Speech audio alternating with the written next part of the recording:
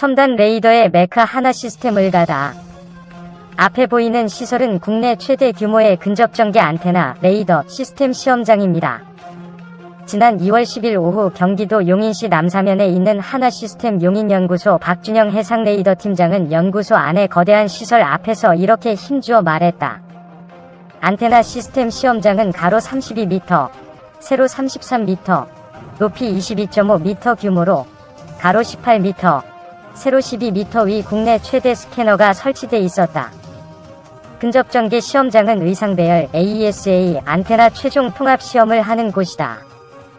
조립이나 튜닝 과정에서 발생할 수 있는 안테나 방사 패턴의 분량을 출하 전 단계에서 판정, 안테나의 생산 품질을 보장해준다.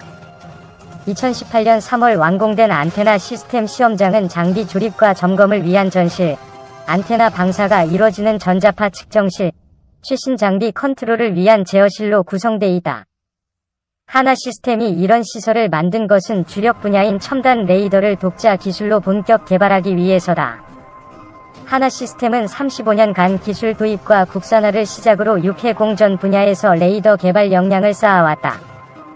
현재 한국형 전투기 KF-X의 핵심인 AESA 레이더를 비롯 한국형 미사일 방어체계 KAEMD의 핵심인 장거리 지대공 미사일 LSAM 용 다기능 MFR 레이더, 차기 호위함 배치 3급 FFX-3 탑재용 다기능 레이더, 지뢰 탐지 레이더, 드론 탐지 레이더 등 다양한 레이더를 개발 중이다. 다기능 레이더는 탐지 및 추적을 동시에 수행할 수 있는 첨단 장비다. 종전엔 탐지 및 추적 레이더가 분리돼 있었다. 연구소 관계자는 하나시스템은 최신 안테나 시스템 시험장 구축을 통해 해외 선진 업체와 견조도 손색이 없는 레이더 개발 환경을 갖추고 자주 국방을 위한 첨단 레이더 개발을 성공적으로 수행할 수 있게 됐다고 말했다. 하나시스템은 연구개발 및 기술 인력이 전체의 67%에 달하고 석박사 이상 고학력자도 34%에 이른다. 하나시스템 연구개발의 상징이자 본산이 370명이 근무하는 용인연구소다. 현재까지 용인연구소의 대표 상품은 KF-X-AESA 레이더다. 미국이 기술 제공을 거부, 독자 개발이 결정돼 국방과학연구소 에드와 하나시스템이 개발 중이다. 오는 2026년까지 총 3,658억 원을 투자해 개발한다. 하나시스템이 우선 맡은 것은 KF-X-AESA 레이더용 입증시제 안테나 장치 전원 공급 장치와 시험 장치를 제작하고 연동 및 기능 성능을 확인하는 것이다. 2016년 시작해 지난해 완료됐다. 지난해 3에서 6월엔 이스라엘 엘타사 현지에서 보잉 737기를 개조한 시험 비행기로 비행시험 10차례를, 11월엔 국내 인천공항에서 시험 항공기에 레이더 시제품을 장착해 비행시험 6차례를 했다. 한 소식통은 인천공항에서의 시험 결과는 이스라엘 엘타사 관계자들도 놀랄 만큼 기대 이상으로 만족스러웠다고 말했다. 방위사업청과 국방과학연구소는 시험 결과의 고무대 내용 공개도 검토했지만 이스라엘 측이 비밀로 분류해 공개할 수 없었다고 한다. KF-X-AESA 레이더의 특징은 적 항공기는 물론 지상 해상의 이동 표적까지 탐지 추적할 수 있다는 점이다. 특히 지형을 따라 낮게 비행할 수 있는 지형 회피 추적 능력도 갖출 예정이다. 이에 따라 그동안 전투기 외부에 장착됐던 항법 포드를 따로 달 필요가 없게 된다. KF-X-AESA 탐지거리 200km 이상. KF-X-AESA 레이더의 핵심 부품은 모듈이라 불리는 물건이다.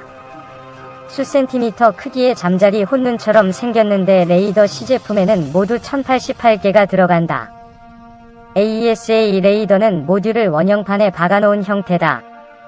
모듈 하나가 레이더파를 보내 각각 표적을 탐지. 종전 기계식 레이더보다 다수의 표적을 먼 거리에서 탐지할 수 있다. 모듈 숫자가 많을수록 탐지거리 등 탐지 능력이 뛰어나다. 우리 공군도 도입 중인 F-35 스텔스기는 1200여 개의 모듈을, 세계 최강 전투기로 꼽히는 F-22는 약 2000개의 모듈을 갖고 있다. 정통한 소식통에 따르면 오는 2023년부터 KF-X에 장착돼 시험될 AESA 레이더는 현재보다 20% 커지고 모듈 숫자도 그만큼 늘어날 것이라고 한다. 모듈 숫자가 1200여 개에 달할 수 있다는 얘기다. 이는 F-35와 비슷한 수준이다. 수십 개의 목표물도 동시에 추적할 수 있다. 연구소 관계자는 KF-XAESA 레이더는 KF-16 성능 개량 전투기에 탑재된 AESA 레이더보다 우수한 성능을 갖게 될 것이라고 말했다. KF-16 성능 개량 전투기의 AESA 레이더 탐지거리는 약 200km인 것으로 알려졌다. 모듈을 비교적 작은 레이더 원형판에 가급적 많이 집어넣으려면 크기를 줄여야 한다. 여기에도 상당한 기술력이 필요하다.